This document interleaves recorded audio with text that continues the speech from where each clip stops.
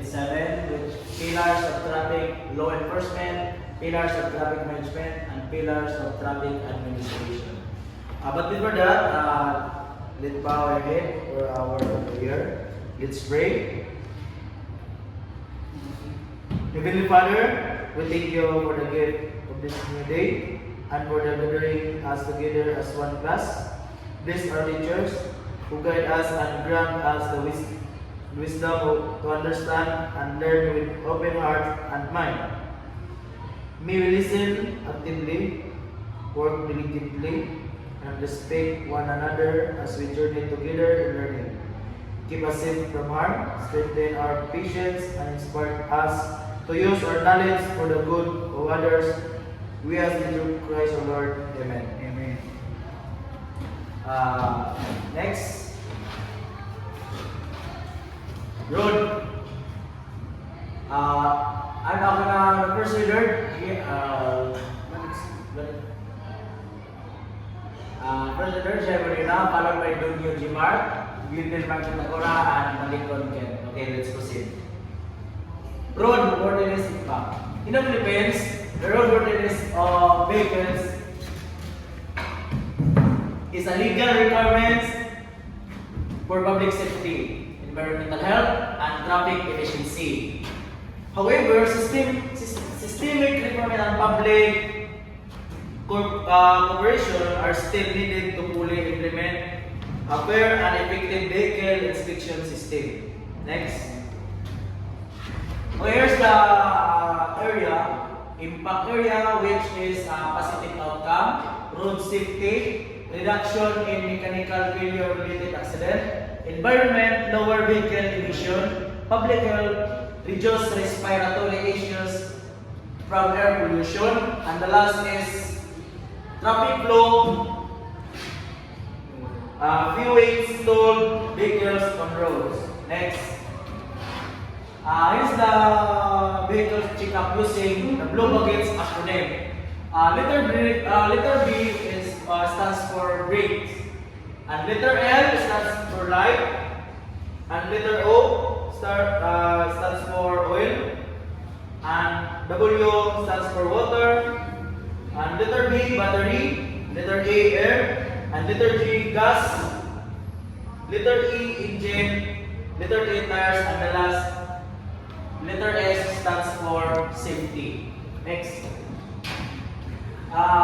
Due to the hustle and bustle, we might overlook safety essentials when on the go. Blue Buckets is a simple and easy to remember acronym that sum up the things you should check before you leave to keep.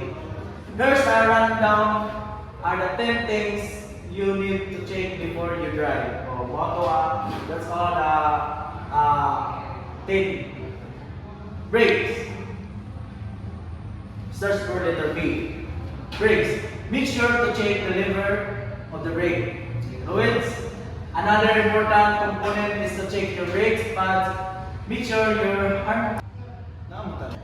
Gigi. Next is lights. Have the mechanic check whether your headlight and tail lights are function fully. Letter O. Oil. Check your engine oil quickly when the car is warm. On level ground, also look out for oil leaks before and after your drive. W stands for water. Means always check the radiator. If there is enough water, make sure your windscreen wiper and reservoir has enough to store. Store emergency water in your car. Letter B, battery. Make sure to conduct a battery health check regularly. Adopt good battery health habits. Letter A stands for air. Check your air filter to make sure the motor operates. Hold your filter under the sunlight. If light comes through, the filter is a good condition. Otherwise, replace or clean. Letter G, gas. Regularly check your fuel gauge, especially before starting. Make sure your fuel tank is filled enough to avoid being stranded and traffic jam. Letter T stands for tires. Check your tires pressure. From time to time, inspect your tires for any damage or conditions that would warrant their replacement. Look at the trim and sidewalls for any cuts, scraps, punctures, bulges, bumps, or cracks. And the last is letter S, serve. Be sure to be physically and mentally ready before your daily rides. Never text while driving. Don't drink and drive. And be mindful of other motorists around you.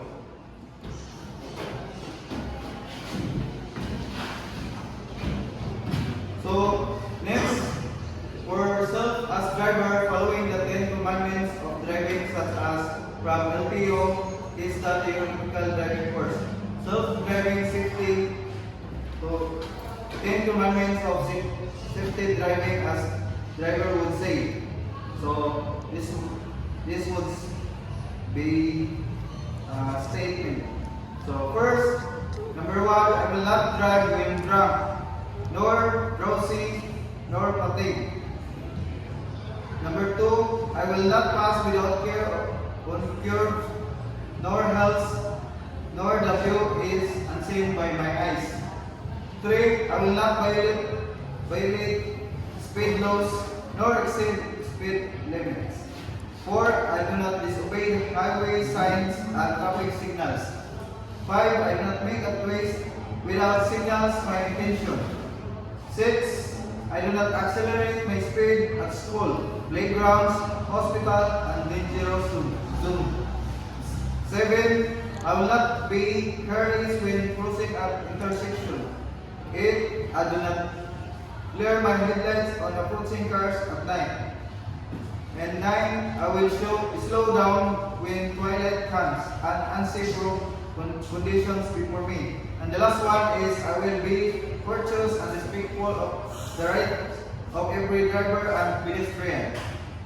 So next, self-traveler, 10 commandments of road safety travelers, 24 source. So we have 24 source, but we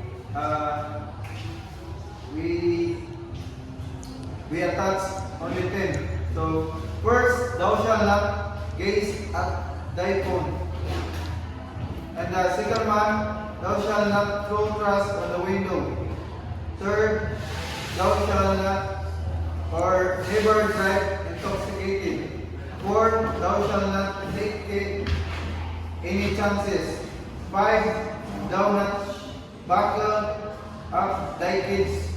6, thou shalt not drive on thy bride.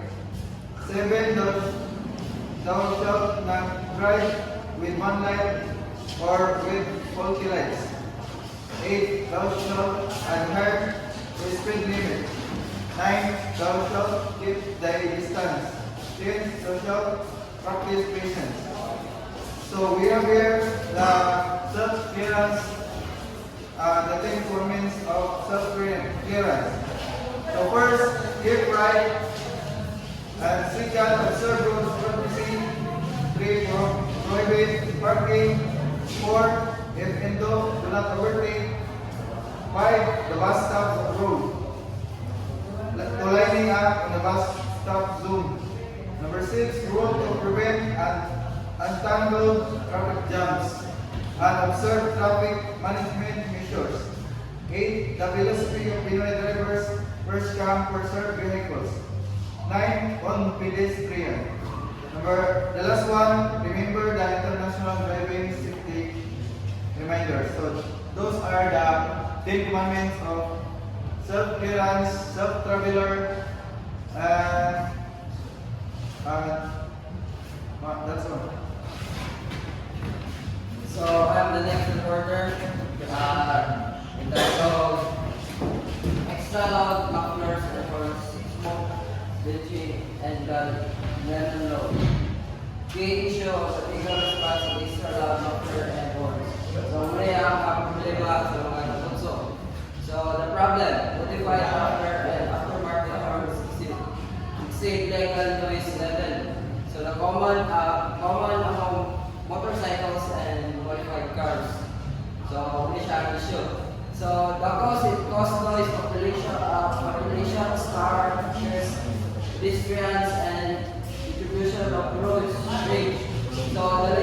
response is muli siyang nakapasa sa RA 8749.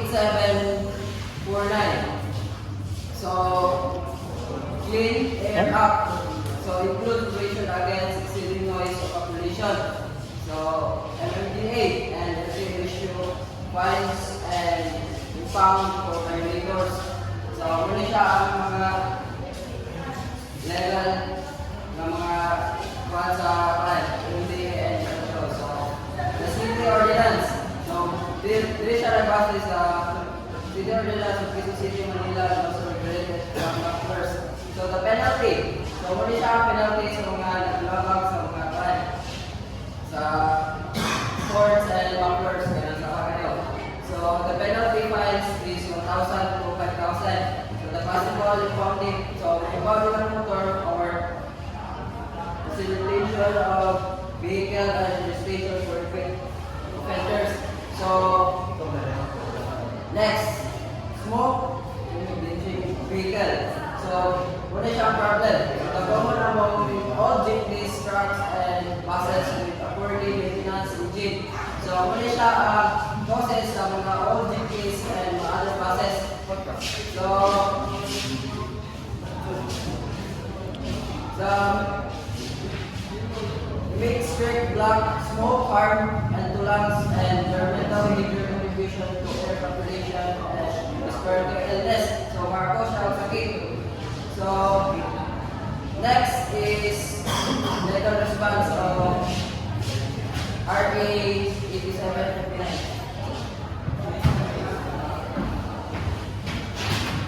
So I'm the next writer. Legal response RA 8749. Philippines Clear Air Act of 1999. Prohibits smoke mixing. Mandates individual testing before registration. LTO MMDA conduct random roadside pollution tests. Penalties. First offense is 2,005 plus emission compliance seminar. The second offense is 4,000. Third offense 6,000 plus 1 year license suspension. The Lemon Law RA 10642 enacted July 15, 2014. Purpose: protect consumers who purchase valuable vehicles that turn out to be defective levels.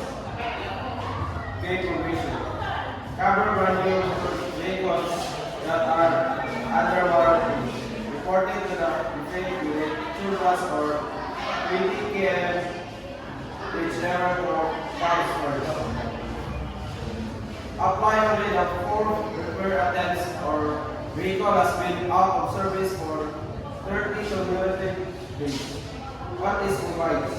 Replacement of the defective vehicle or full repair. Employee taxes and registration fees.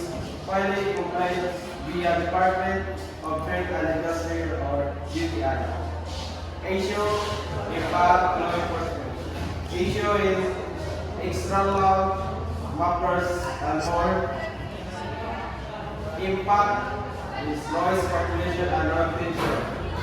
Law for enforcement is RA 8749 LTO and MMDA. Issue is smoke related vehicles. Impact air pollution monitors. Law enforcement. Clear up. RA 8749. Issue Lemon Law. Impact consumer protection. Law enforcement RA 10612. DTI. Next na. Next. Thank you. Okay na? That's all for the report of Unit 7. Thank you everyone. Good.